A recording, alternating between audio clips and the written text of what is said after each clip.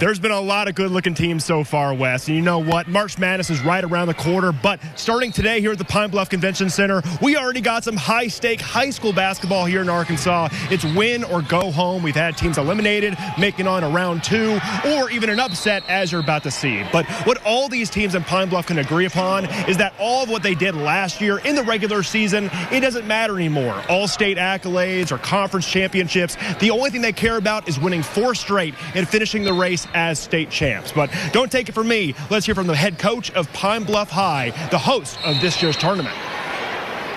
I mean, everybody want to be state champions, and that's what the kids look forward to. That's what you play for. You play to win a state champion. So 5A South champion Pine Bluff High may have home court advantage at the state tournament, but in round 1 against Sylvan Hills, the Zebras show they probably didn't even need it. The second-ranked team of the class jump out in front by double digits early and intend to keep it that way here in the second half. Austin Dendy on the robbery and fast break misses the layup, but NBD. Courtney Crutchfield with the putback slam.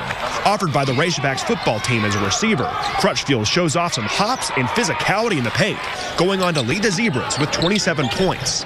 Pine Bluff up by 25 in the third, and Sylvan Hills isn't going out with at least some fight. But the hometown squad came out on fire and won't be extinguished. Jordan Harris says count the basket and the foul. Later in the fourth, on the stripe, Harris is off the mark, but quickly makes up for it. The Zebras throw it down 7 times tonight, and for safe measure, Jerry Hudson beats the buzzer with the exclamation point 3 ball. Pine Bluff cruises past Sylvan Hills 75-49.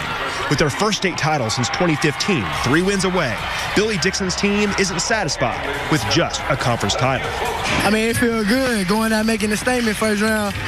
Shout out to them, good run on their season. I know we're the 5A conference champs, but the job ain't done. We still got guaranteed 3 more games to play. And on that next Thursday, we'll be there, ready to rock and roll. Next up, Pine Bluff plays the winner of tomorrow night's game between Van Buren and Nettleton. So many great teams, West. Pine Bluff Convention Center has been popping all day with some high-stake win-or-go-home basketball. And listen, you can throw out whatever you thought about the regular season right out the window because it is a new season. Whoever you thought was the best team or the best players, at the end of the day, by the end of this week, whichever pair of teams wins 3 games on this court behind me will punch their ticket to a state championship. And keep in mind, the top-ranked team in Class 5A for the last 2 years, 2-time defending state champ Jonesboro, is now moved up to Class 6A, so this could be anybody's ball game. The Sylvan Hills boys are eliminated, but earlier in the day, the girls made a statement. The 4-seed Lady Bears taking down 1 seed in 5A South champ Benton. It's all tied up at 41 midway through the 4th, as Sylvan Hills is putting Benton on upset alert. A Bear crosses court, jumps back, and lets it go for 3. Have a day, Gianna Morris. She'd finished with 27 points. Things getting serious for the Lady Panthers, but they turn the ball over. Sturgis taking it coast to coast, all the way in to put Sylvan Hills up by 5. As Sylvan Hills pulls off the first upset of the 5A state tournament, knocking off Benton 53-46. Tipping off state tournament action for the boys is Sheridan taking on 5A Central champ Maumelle. Jackets back ahead late in the third until a momentum-swinging, game-changing moment. Addison Shelton stops and pops behind the arc, getting the friendly bounce as Maumelle jumps back ahead. And on the next possession, Shelton again lets it fly from distance, and it finds the bottom of the net. On transition, with time ticking, Justin Caldwell gets it off in time to beat the buzzer. Hornets up 6, and they build a double-digit lead late in the 4th. Catching fire lets Maumelle beat Sheridan 60-51. In the first game of the day, the Lakeside girls try to take down the 5A Central champion Vilonia girls, but that proves to be a tall task. Vilonia leaves no doubt in round 1, beating Lakeside 59-29.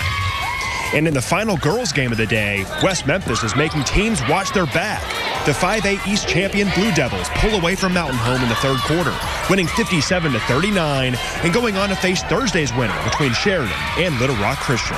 So those teams come a little bit closer to making a trip to Hot Springs. And the game behind me, we have a score that would raise a lot of eyebrows across the state because Greenbrier only trails Marion, the top-ranked team in 5A, by just 2 points in the 4th quarter. So we'll see if they can pull off a crazy upset win.